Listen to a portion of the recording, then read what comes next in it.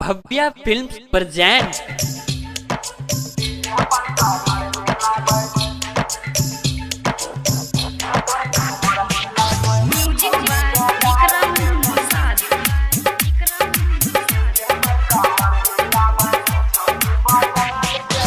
छौरी बंगाल के हो, छौरी बंगाल के हो, देखे में बाबाल हो कि डीजे पर कमर हिलाबे,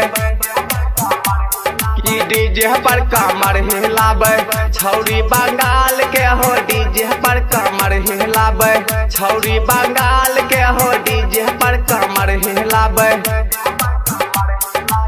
गजबे के महल छै हो, छौरी बंगाल के हो, देखे में बबाल हो कि डीजे पर कमर हिलाबे, कि डीजे पर कमर हिलाबे।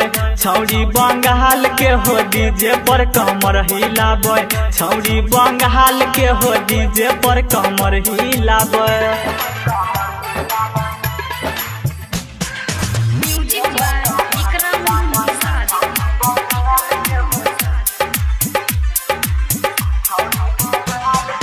देखो एहो भैया छौरा छौरी केना नाचे छै, लेजर लाइट बहरे छै ते कमर एकर लाचे छै। देखा एहो भैया छौरा छौरी केना नाचे छै, लेजर लाइट बहरे छै ते कमर एकर लाचे छै। लागे छै पागल करते पचमीर वाला बुढ़बो के, एकर गोरे गोरे काले काले गाले और बहाल रे कि डीजे पर कमर हिलाबे। छौरी बंगाल के हो, डीजे पर कमर हिलाबे, छौरी बंगाल के हो, डीजे पर कमर हिलाबे।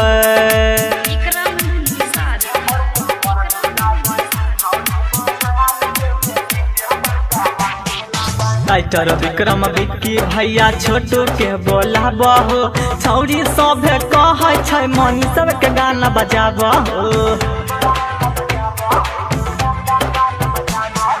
राइटर विक्रम विक्की भैया छोटू के बोला बहो, छौरी सब कहे छ मानिसवे के गाना बजाबो।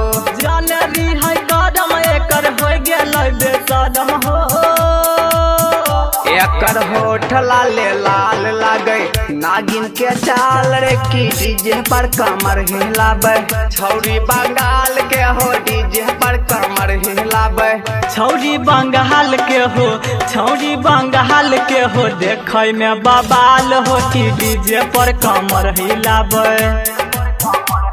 कि डीजे पर कमर हिलाबे।